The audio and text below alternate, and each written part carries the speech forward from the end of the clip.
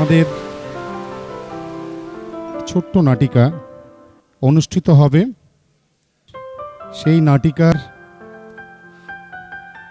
শ্রী শ্রী নীলাঞ্জন নিজে অংশগ্রহণ করছেন। শ্রী নীলাঞ্জনের এই মুহূর্তে কোনো সাক্ষাৎকার আপনারা নেবেন না, এবং আমাদের বা ওনার যা বক্তব্য এই নাটিকার মাধ্যমেই সেটা প্রস্ফুটিত করা হচ্ছে। আপনারা গভীর মনোযোগ দিয়ে এই নাটিকাটিকে দর্শন করে চেষ্টা করুন আপনাদের পত্রপত্রিকায় যথাসাধ্য সেটা প্রতিফলিত করে তুলতে। নমস্কার।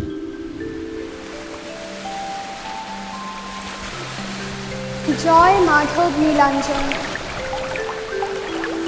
আজ শ্রী মাধবের পূর্ণ আবির্ভাব তিথি। আমরা সকলে এই উপলক্ষে এখানে সমবেত হয়েছি। এখন একটি ছোট্ট নাটক এখানে মঞ্চস্থ করা হচ্ছে। এই নাটকটির সর্বময় কর্তা শ্রী নীলাঞ্জন। নির্দেশনা, পরিচালনা, নায়কের ভূমিকা, গীতিকার, নৃত্যশিল্পী সবই নীলাঞ্জন। একজন মাধব ভক্ত নাম শ্রী শেখর মুখার্জি 10-12 বৎসর আগে শ্রী নীলাঞ্জনের এই ভূমিকাটি দর্শনে দেখেছিলেন। আশ্চর্যের ব্যাপার, এত বছর আগে দেখা সেই দর্শনটি বাস্তবে রূপায়িত হতে চলেছে। আরও আনন্দের ব্যাপার, এই নাটকটিও শ্রী নীলাঞ্জনের দিব্য দর্শনকে কেন্দ্র করেই রচিত হয়েছে। এটাও যথার্থ অর্থে বর্তমানে বাস্তবায়িত হতে চলেছে। এবার দর্শনটি পড়া হচ্ছে, শুনুন। শ্রী শেখর মুখার্জির দর্শন। 3 তলা বিশিষ্ট একটা থিয়েটার হল। নাটক দেখতে ঢুকেছি। নাটক শুরু হওয়ার শেষ ঘন্টা বাজছে। তাড়াতাড়ি করে নিজের বসার জায়গায় বসেই পর্দার দিকে উৎসুক হয়ে তাকিয়ে আছি। পর্দা খুলে গেল। এক ভদ্রলোক মঞ্চের ঠিক মাঝখানে চেয়ারে বসে আছেন। মুখ তুলতেই চমকে উঠলাম। দেখলাম দাদা অর্থাৎ শ্রী নীলাঞ্জন বসে আছেন। মঞ্চ আলো আঁধারে ঢাকা, কিন্তু তার মধ্যে দেখতে পেলাম তার চারিদিকে ঘিরে রয়েছে এক অদ্ভুত নীলাভ জ্যোতি। মঞ্চের পিছন থেকে এক দিব্য ও উদাত্ত কণ্ঠে ঘোষণা শুরু হলো, এই নাটকের নাম নীলাঞ্জন গুহ। নায়কের ভূমিকায় নীলাঞ্জন, পরিচালনায় নীলাঞ্জন, প্রযোজনায় নীলাঞ্জন, সঙ্গীত পরিচালনায় নীলাঞ্জন। অর্থাৎ এই নাটকের প্রত্যেকটা বিষয়ে দাদা। বিস্ময়ে অভিভূত হলাম। এরপরেই দৈব বাণী শোনা গেল, নীলাঞ্জন বিশ্বনট, স্বয়ং সম্পন্ন শক্তি। নীলাঞ্জনের শক্তির লয় নাই, ক্ষয় নাই। পরের সাক্ষাতে ওনাকে এই দর্শনটির কথা জানিয়েছিলাম। শুনে শুধু হেসে বললেন, বাবা তোমাকে তার লীলার একটা অংশ দেখালেন। এখন দেখছি সেটাই ক্রমে ক্রমে রূপ পেতে চলেছে। আজকে এই মুহূর্তে আমাদের মাধব নিলয়ে যে নাটকটি মঞ্চস্থ হবে সেই নাটকের নাম কলির প্রস্থান, সত্যের প্রবেশ।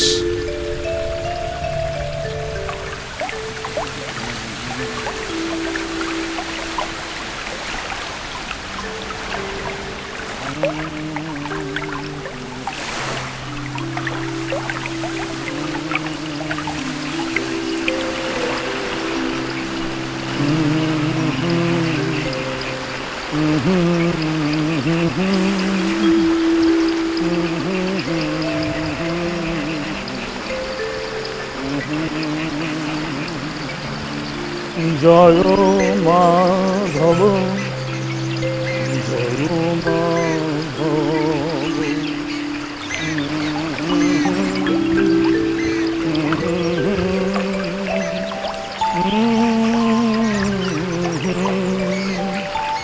জয় মাধব।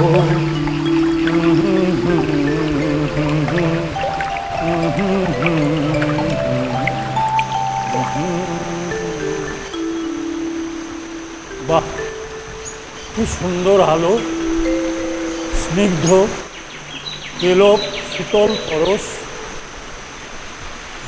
এমন কিছু কোনোদিন দেখিনি। নিশুতি রাতে চরাচর ঘুরে বেড়াবার একটা নেশা আমার আছে। মায়ের কোলে, রাত্রি দেবীর কোলে সমস্ত সৃষ্টি যখন ঘুমে ঢুলে পড়ে সব হয়ে যায়, তখন তো আমি একাকী নিশুতি রাতে ঘুরে বেড়াই প্রকৃতির স্পন্দন পেতে। কিন্তু আজকের দিনটা সম্পূর্ণ ভিন্ন। এ তো রাতের চিত্র নয়। তবে কি চৈতন্য নামছে? তবে কি সত্য জাগ্রত হচ্ছে? তবে কি কলির বিদায় অবশ্যম্ভাবী হয়ে উঠেছে?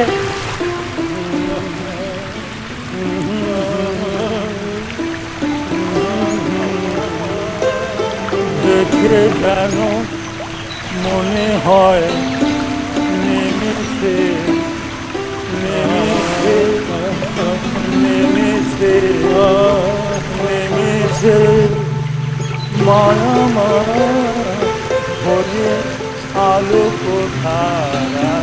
নেমেছে, নেমেছে মায়া মায়া হয়ে আলোক ধারা। ভাষাতে আলোতে বসুন্ধরা, ভাষাতে আলোতে বসুন্ধরা।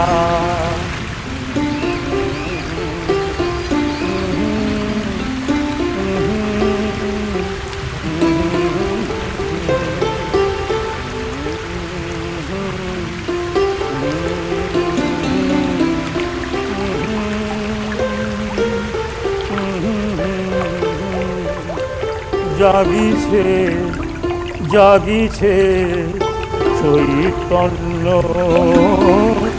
জাগিছে ভাষাতে দুনিয়া আলোতে জাগিছে। বাহ, সত্যি মনোরম, সত্যি আনন্দদায়ক। এই আনন্দ ধরে রাখা বড় কঠিন। মনে হয় এ বুঝি মাধবের মাধুরী। আহা, কি বাহারি, কি বাহারি। মনে হয় ডুবুরি হয়ে ডুবে মরি, ডুবে মরি। আহা, কি সুন্দর, আহা, কি আনন্দ, কি আনন্দ, কি আনন্দ।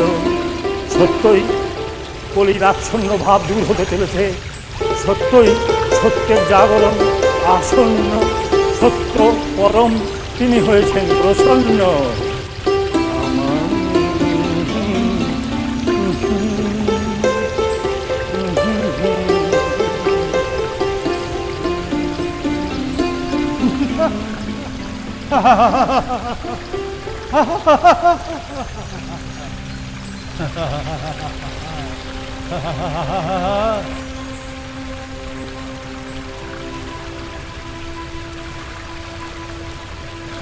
এই নির্জন চরাচরে যেখানে কোনো কিছু জেগে থাকা সম্ভব নয়, সেখানে এই কল্লোলিনী উন্নতোয়া নদী বয়ে চলেছে, তার ধারে একাকী কে বসে ওখানে একবার হাসছে একবার কাঁদছে, দেখি তো যে এ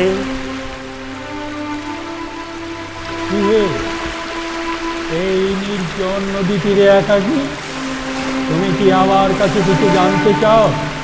অবশ্যই জানতে চাই, আমি জানতে চাই তুমি কে। আমি, আমার এই পোশাক দেখেও তুমি চিনতে পারছো না আমি কে?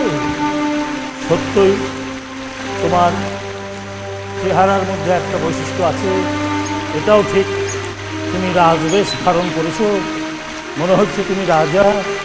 কিন্তু দেখো, কলিতে এত দীর্ঘ এত লম্বা মানুষ আমি কোনোদিন দেখিনি। শুনেছি সত্যযুগে নাকি মানুষ 14 হাত লম্বা হতো, সে কথা শুনেছি। তুমি কি তাহলে সত্যযুগের কোনো মানুষ, নাকি কোনো দেবতা, না বিগ্রহের কেউ? আমি আমি স্বয়ং কলিরা, আমার রাজত্বেই তুমি বাস করছো। হ্যাঁ, বসো। বাহ, এ আমার এক সৌভাগ্য। কলির প্রকৃতিকে খুঁজতে খুঁজতে, সেই প্রকৃতির যে মালিক, যে অনন্ত বিশ্বকে কলি প্রকৃতিতে চালনা করছেন, সেই রাজা, সত্যের রাজা কলি, তার সঙ্গে এভাবে আমার সাক্ষাৎ হবে এটা কখনো ভাবিনি।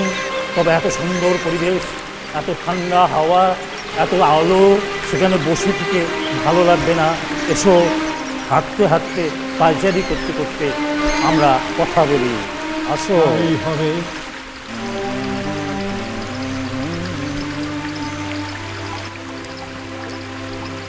তা কলি, তোমার সত্যি সব কিছুই বিচিত্র, তোমার প্রকৃতি আমি অনেকদিন থেকে দেখছি, সত্যই বিচিত্রতার তার কারণ। যদি তুমি তোমার রাজ্যের, তোমার প্রকৃতির, তোমার বিশেষ করে মানুষের এই যে প্রকৃতি, সেই সম্বন্ধে তোমার নিজের মুখ থেকে আমি কিছু শুনতে চাই। এই বিষয়মুখীনতার বৈচিত্র্য দেখতে দেখতে আমি ক্লান্ত হয়ে পড়েছি। রাজা হিসাবে আমার কর্তব্য ছিল ধরার সমস্ত মানুষকে বহির্মুখী করে বিষয়মুখী করা। সে বিষয়ে স্বয়ং স্রষ্টা আমায় সহযোগিতা করেছে। আরে, আমার রাজত্বে যদি ঈশ্বর ভাবি থাকবে, তাহলে তো আমার রাজত্বই চলে না। স্বয়ং নারায়ণ আমায় বলেছিলেন, কলিযুগে তার কোনো দূত সাধু সন্ত ধরার মানুষকে আলো দিতে পারবে না। নারায়ণ সে কথা রেখেছেন, তাই তো আমি এত সুন্দরভাবে, এত সার্থক রূপে আমার রাজত্বটা চালাতে পেরেছি। সাধু সন্তরা ক্রিয়া প্রক্রিয়ার নির্দেশ দিতে পারে। স্বয়ং সম্পন্ন ঈশ্বর সম্বন্ধে কলিযুগের সাধু সন্তের কোনো ধারণাই নেই। তাই আলো দিয়া, না না, তাদের পক্ষে সেই আলো দিয়া কখনো সম্ভব নয়। তবে হ্যাঁ, নারায়ণ আমাকে বলেছিলেন, প্রয়োজন হলে কলিযুগে সত্যের অবনয়ন করে বারবার তিনি আসবেন ছদ্মবেশে, তার জনেদের আলো দেওয়ার কারণে। তা ছদ্মবেশে তিনি তার এই কাজ খুব সুন্দরভাবে সমাপন করেছেন। অনেক গুপ্ত বিষয় তোমার কাছ থেকে জানা যাচ্ছে। আমরা কলির মানুষ, আমরা অজ্ঞ, তুমি অভিজ্ঞ, তাই তোমার মুখ থেকে এই সত্য বাণী শুনতে খুব ভালো লাগছে। তুমি আরও কিছু তোমার বৈচিত্র্যের কথা বলো। শুনবে, শুনবে আমার রাজত্বের প্রকৃতির কথা। আর এই ঈশ্বর ভাব না থাকলে যা হয় আর কি। আগ্রাসী বিষয় ক্ষুধায় কলির সমস্ত মানুষ আকণ্ঠ বিস্তান করছে। আত্মচরিতার্থের কারণে ব্যতিক্রমের ক্ষুধা তাদের গ্রাস করেছে। অহং, অভিমান বুদ্ধি কবলিত হয়ে তারা ধরাকে সারা জ্ঞান করছে। মায়ার আসক্তিতে অন্ধ হয়ে তারা সরলিপু অক্টোপাসের হাতে পুতুল নাচ নাচছে। শুনবে, আরো শুনবে আমার রাজত্বের কাহিনী। বলগাহীন উচ্ছৃঙ্খল জীবন যাপন করে তারা নিজেরাই নিজেদের কবর খুঁড়ছে। হায় ঈশ্বর! সাধারণকে দোষ দিয়ে তো কোনো লাভ নেই কলি। ঈশ্বর থেকে বিযুক্ত হলেই মানুষ হয়ে পড়ে বিকারী। বিকারগ্রস্ত মানুষের চাহিদা তুঙ্গে উঠে থাকে। চাওয়া পাওয়া হওয়া এই তিনের মধ্যেই তার লক্ষ্য ঘুরে বেড়ায়। চাই বৃত্তির মধ্যেই সে ধীরে ধীরে বড় হয়ে ওঠে। সুতরাং এই বিকারী অবস্থায় সে ভিখারি। তুমি কি জানো তোমার প্রকৃতির মধ্যে থেকে মানুষেরা পিতা মাতার কাছেও ভিক্ষার পাত্র তুলে ধরে? দেবালয়ে গিয়ে দেখবে সকলেই ডালি বাড়িয়ে দিচ্ছে, মনে মনে বলছে, মা ভরে দাও আমার থালি। মা তো অট্ট হাসি হাসেন, বলেন, বাছারে তোরে কি হলো? বলেন, তোদের এই মূর্খ ভাব দেখে আমি আর থাকতে পারছি না। সব কিছুই জানেন তিনি, তাই অট্ট হাসিকে দেন হাততালি। বাহ, এ তো খুব চমৎকার বললে। আরে এটাই তো আমার রাজত্বের ধারা। আমার দুই কুসন্তান, একজন ধর্মান্ধ আর একজন কর্মান্ধ। ধর্মান্ধ ধর্ম করে বটে, কিন্তু সংস্কারের মধ্যে থেকে যে পূজা অর্চনা করে তার ফল চৈতন্যের পথে কালিমায় লেপন করে। অন্ধ ধর্ম প্রবর্তকরা ধর্মের নামে নিজ নিজ মতবাদ সৃষ্টি করে তাকেই প্রাধান্য দেয়, আর অন্য ধর্মকে, অন্য মতবাদকে তুচ্ছ তাচ্ছিল্য করে। তাই দিকে দিকে সৃষ্টি হয় বিবাদমান সম্প্রদায়। বাহ, ঠিকই বলেছ। দেখো, কলিযুগে ধর্মের মধ্যে কত মতটা অজ্ঞানতা বসিত। যাদের যে মত, সেই মতকেই তারা ভালোবাসে। সেই মতের যারা অনুসরণকারী তাদেরই তারা ভালোবাসে, অন্যকে শত্রু মনে করে। এই যে খণ্ডভাব, এই খণ্ডভাবটা অজ্ঞানতা থেকে আসে। তাই তারা সবসময় ইন্দ্রিয় বিষয়ের মধ্যে ডুবে থাকে। 12 মাসে 13 পার্বণ তারা করে। এই অনুষ্ঠানের নামে তারা নিজেদের ইন্দ্রিয় বিষয়ের চরিতার্থতাই মিটিয়ে থাকে, যার কারণে পূজা, তার অধিষ্ঠান সম্বন্ধে তাদের কোনো ধারণা নেই। তারা নিজেদের সুখ স্বাচ্ছন্দ্য কিছু পাওয়া এর পেছনেই ছুটছে। দেখো না, দিকে দিকে সার্বজনীন পুজো হচ্ছে, কত রকমের পুজো হচ্ছে। সেখানে তাদের যারা পূজা করছে, যারা পূজায় যাচ্ছে, তাদের মধ্যে শুধু দেখতে পাবে সাজসজ্জা, খানা পিনা, নাচা গানা, হই হুল্লোড়। তার মধ্যে কোনো রকম আলোর হদিশ নেই। সুতরাং এটা তো সবই নির্ধারিত, কিছু করার নেই, কিছু বলার নেই, শুধু দেখে যাওয়া, এই আমাদের কর্ম। তুমি একদম ঠিকই বলেছ। কলিযুগের সমস্ত মানুষ ধর্মীয় কুসংস্কারের মধ্যেই যাতায়াত করে। লোভে, ভয়ে, সংখ্যায় তারা ধর্মকর্ম করে আর বিভিন্ন মতবাদের সৃষ্টি করে। এতদিন খণ্ডভাব দিয়ে আমি বিভিন্ন মতবাদকে ধর্মে কর্মে বজায় রেখেছিলাম, কিন্তু খণ্ডভাব দিয়ে কেউ তো অখণ্ডে যেতে পারবে না। দেখো, রামকৃষ্ণ বলেছেন যত মত তত পথ। মাধব বলছেন যত্র সৎ তত্র একই পথ। যতক্ষণ মতের মধ্যে আছি, ততক্ষণ মাতামাতির মধ্যে আছি, হাতাহাতির মধ্যে আছি, সাম্প্রদায়িকতার মধ্যে আছি। এই যে একটা উচ্ছৃঙ্খলতা, এই যে একটা অশান্তিকর পরিবেশ, তাতে ঈশ্বর পথে যাওয়া কারোর পক্ষে সম্ভব নয়। তাই কলিযুগের মানুষের পক্ষে ঈশ্বর আলো বা ঈশ্বর পথের সন্ধান পাওয়া সম্পূর্ণটাই মিথ্যা, সবটাই তাদের ভান। সত্য প্রকাশ করতে কোনো অসুবিধার কারণ নাই।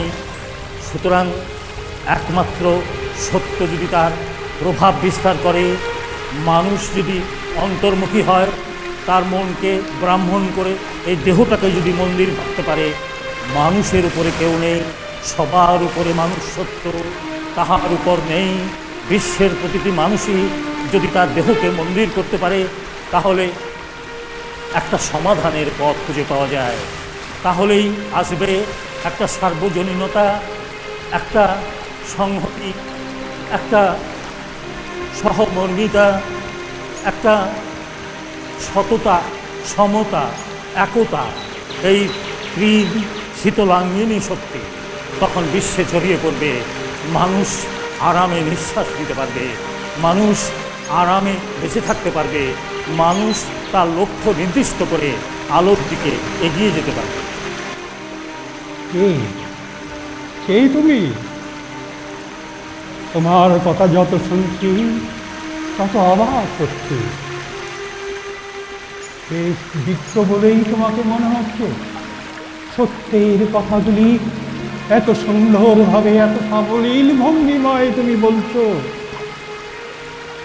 না না, ও কিছু নয়, সে থাক। বলি, তুমি এবার আমার যে ইচ্ছাগুলো জাগ্রত হচ্ছে সেগুলো প্রশমিত করার চেষ্টা করো।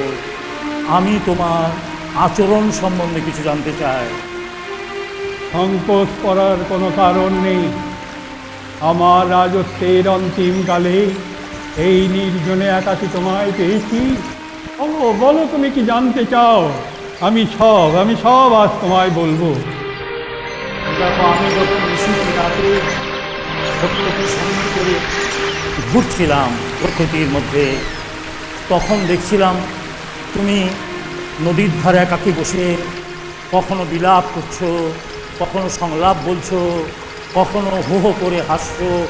তোমার এই আচরণের যে ভিন্নতা, তার কারণ সম্বন্ধে আমার জানবার খুব ইচ্ছা যাচ্ছে।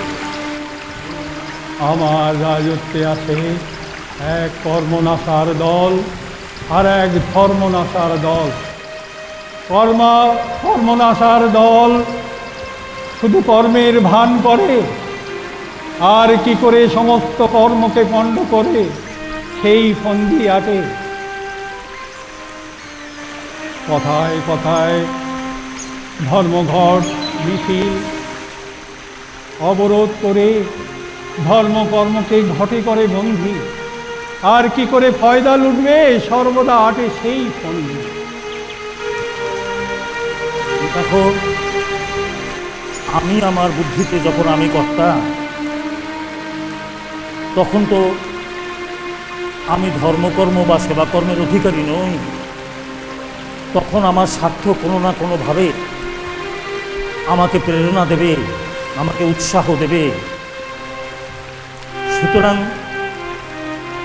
একজন খাস, সবাই তার শ্রেষ্ঠ, প্রকৃতির নিয়মে তারা দাস। মহাপ্রভু বলেছেন জীব নিত্য দাস, কিন্তু সেই দাসভাব থেকে আমরা বেরিয়ে এসেছি। আমরা খাসভাবে নিজেকে খাসা মনে করছি। সে কারণেই কর্ম ধর্ম সম্বন্ধে আমাদের কোনো জ্ঞান নেই।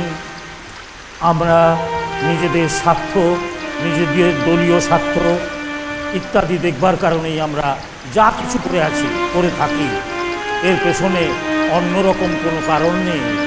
বিশ্বের জগতের মঙ্গলের কোনো কারণের মধ্যে নেই।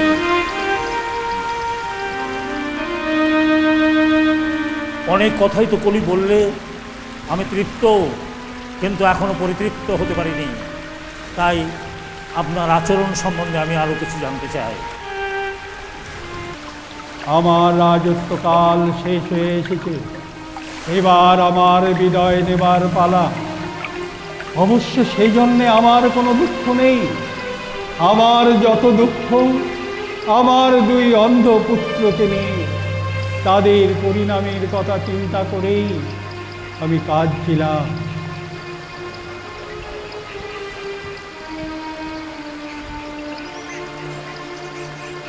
তোমার সন্তানরা কি তোমার অবাধ্য? না না, ঠিক তা নয়। আমার দুই সন্তান ধর্মান্ধ কর্মান্ধের কথা আগেই তো তোমায় বললাম। ধর্মান্ধ জানে না ধর্ম কাকে বলে, শুধু ধর্ম ধর্ম করে। কর্মান্ধ কর্ম কর্ম করে, কিন্তু প্রকৃত কর্ম কাকে বলে সে জানে না।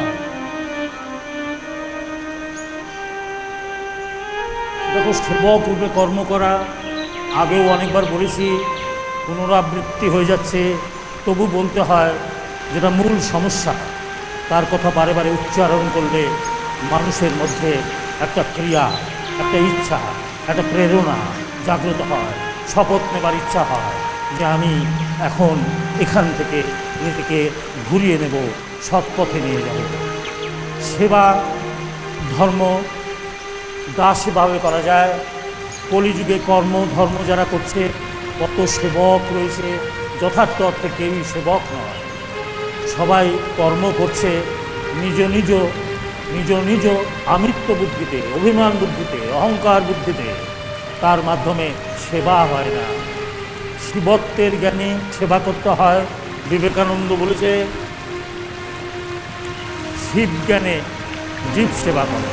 তার মানেই তো আমরা কোনো বুঝি না। শিবজ্ঞান অর্থাৎ যত্র জীব তত্র শিব। তুমি আগে জীবত্ব থেকে শিবত্বে যাও। শিবত্বের জ্ঞান নিয়ে তুমি দেখবে অনন্ত মানুষের মধ্যেই তুমি বিরাজ করছো সেই গুরুদেব। তখন তুমি অভিন্ন বোধে যাবে। সবাইকে অভিন্ন বোধে আলিঙ্গন করতে তোমার কোনো দ্বিধা হবে না। এতদিন আমার রাজত্ব ছিল যুগ উপযোগী, তাই এদের নিয়ে ভালোই রাজত্ব চালিয়েছি, কোনো অসুবিধা হয়নি। এখন আমার রাজত্ব শেষ। উপর থেকে এসেছে সত্যের নির্দেশ। রাজত্ব ছেড়ে যাওয়ার আগে আমার ওই দুই অন্ধ পুত্রকে শেষ করতে হবে। বিস্ফল রচনা করলেও উৎপাদন করতে কষ্ট হয়। অন্ধ হোক তবু তো তারা আমার সন্তান, ওদের প্রতি আমি মায়াসক্ত হয়ে পড়েছি। তাই আপন সন্তানের নিজ হস্তে করিব নিধন। এই কষ্টে আমি কাঁদছি, এই কষ্টেই আমি কাঁদছি। বেশ তো, তোমার দুঃখের কথা শুনলাম। আবার কখনো কখনো তুমি হাসছিলেই ব্যাপার।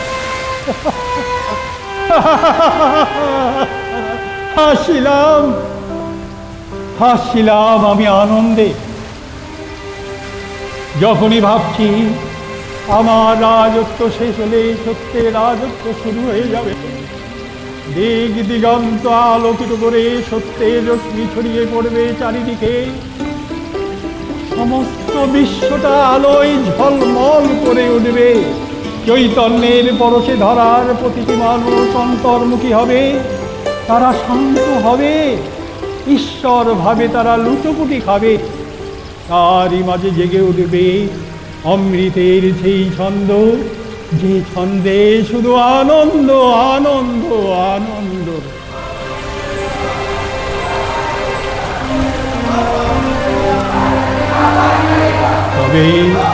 তবে কি এলো সেই কখন, যেখানে আমার গোপন করা বীজ বৃক্ষ আপন হাতে করতে হবে উৎপাদন। না না,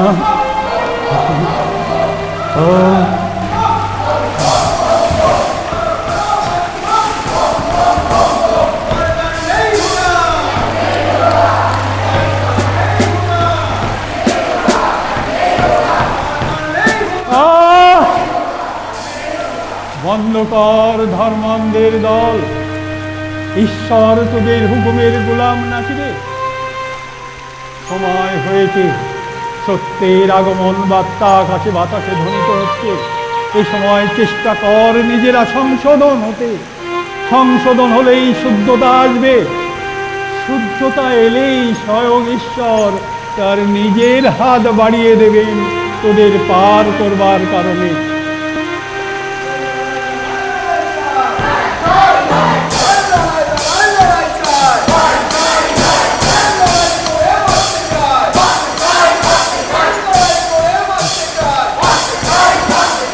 সেই সময় আগত, সেই সময় আগত, এদের শেষ সেই হবে। এরা আর সংশোধন হতে পারবে না, এরা আর সংশোধন হতে পারবে না। আরে আরে আহমক কর্মনাশার দল,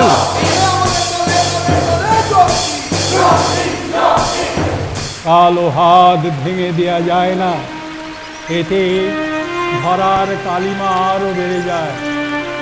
দুনিয়ার যত অন্ধকার, যত কালো, চৈতন্যের আলো দিয়ে, জ্ঞানের আলো দিয়ে মুছে দিতে হয়। কিছু কিছু গড়িয়ে দিয়ে প্রতিবাদ কর। স্রষ্টা সৃষ্টিকে ভালোবাসেন, ধ্বংসকে নয়।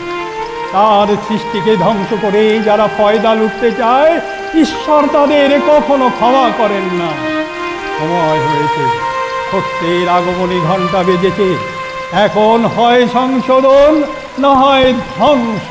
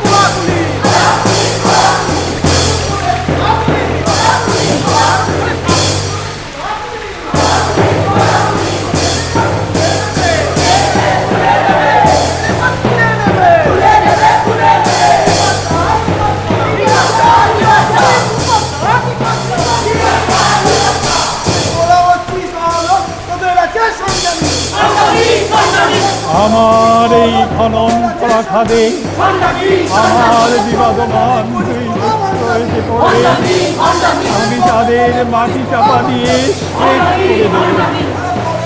এরা আর শুধরাবে না।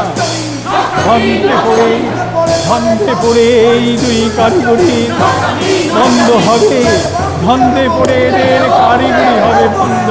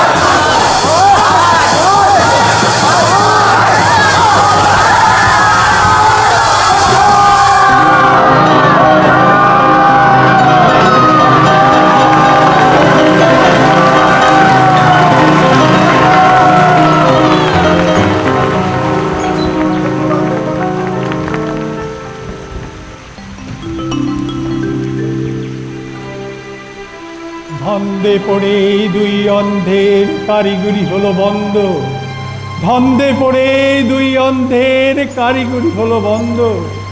বাহবা বাহবা, কি মজা কি মজা।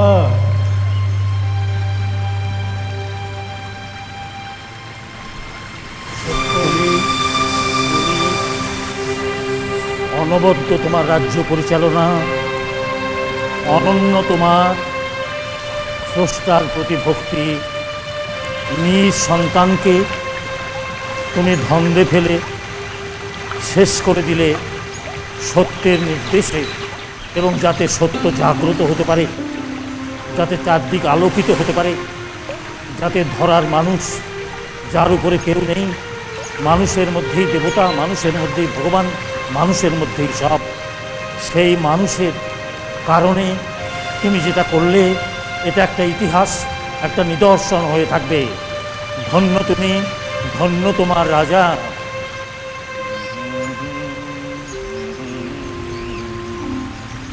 শোনো, এই প্রসঙ্গে আরও একটু বলি।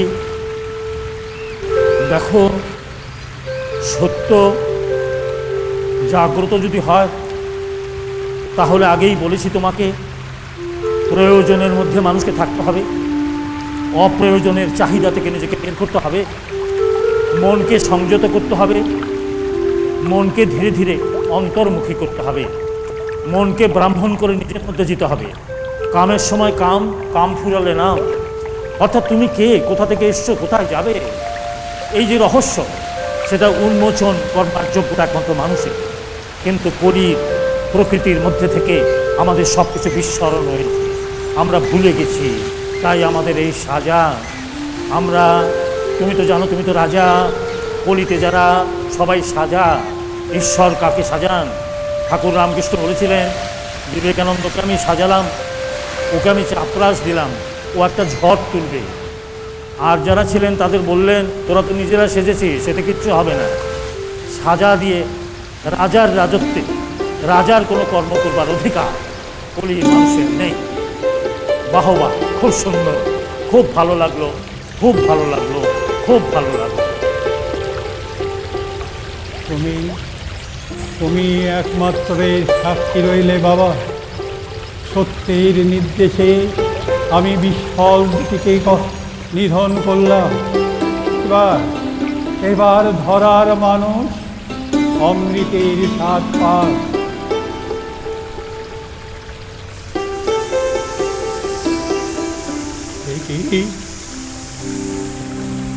তুমি পরম চৈতন্য, ক্ষমা করো, ক্ষমা করো, আমি তোমায় চিনতে পারিনি।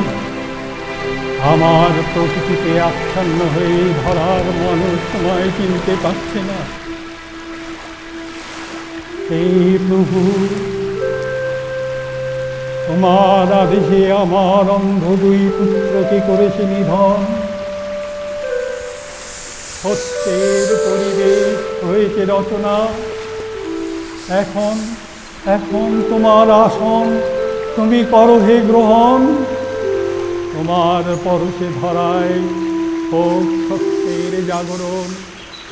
যে জাগরণে জেগে উঠুক মানুষের এক জাতির মানবতা, এক জাতি মানব জাতি, এক ধর্ম মনুষ্যত্ব মানুষের ধর্ম, আর একই ভাষা মানুষের অন্তরের ভারী ভাষা।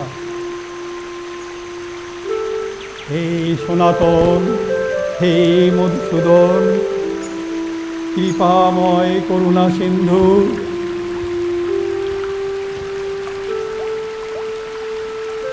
আজ সত্যই মাধব, তোমার লীলা চাতুরী কি মহিমা। তোমারই রাজা কলি, কলির যে প্রকৃতি তার মধ্যে থাকতে থাকতে দেখো না তারও কেমন একটা আসক্তি এসে গেছে পদে। কলি তোমার নির্দেশ সত্ত্বেও রাজমুকুটটা তোমার চরণে দিতে দ্বিধাগ্রস্ত, মুকুটটা খুলতেই পারছে না। এটাই তার আসক্তির কারণ। কি মজা, কি আনন্দে। সত্যই তোমার কৃপাময় লীলা চাতুরী বোঝা সাধারণের পক্ষে সম্ভব নয়। এবার আমার হৃদয় নিবার পালা।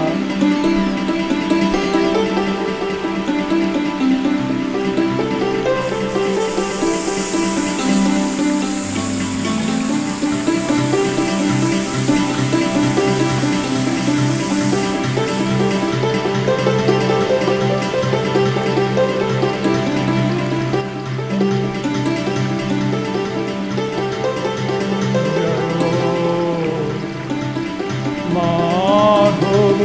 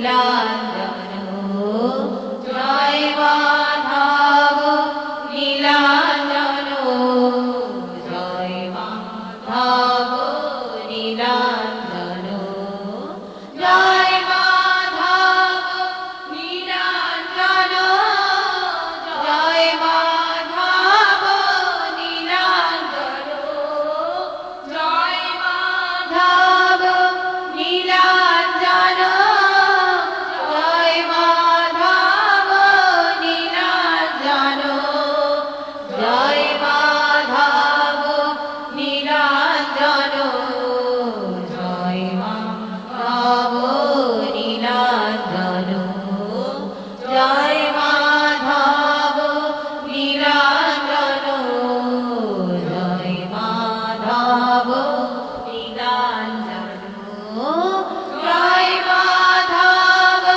নীলাঞ্জন জয় মাধব নীলাঞ্জন জয় মাধব নীলাঞ্জন জয় মাধব নীলাঞ্জন জয় মাধব নীলাঞ্জন জয় মাধব নীলাঞ্জন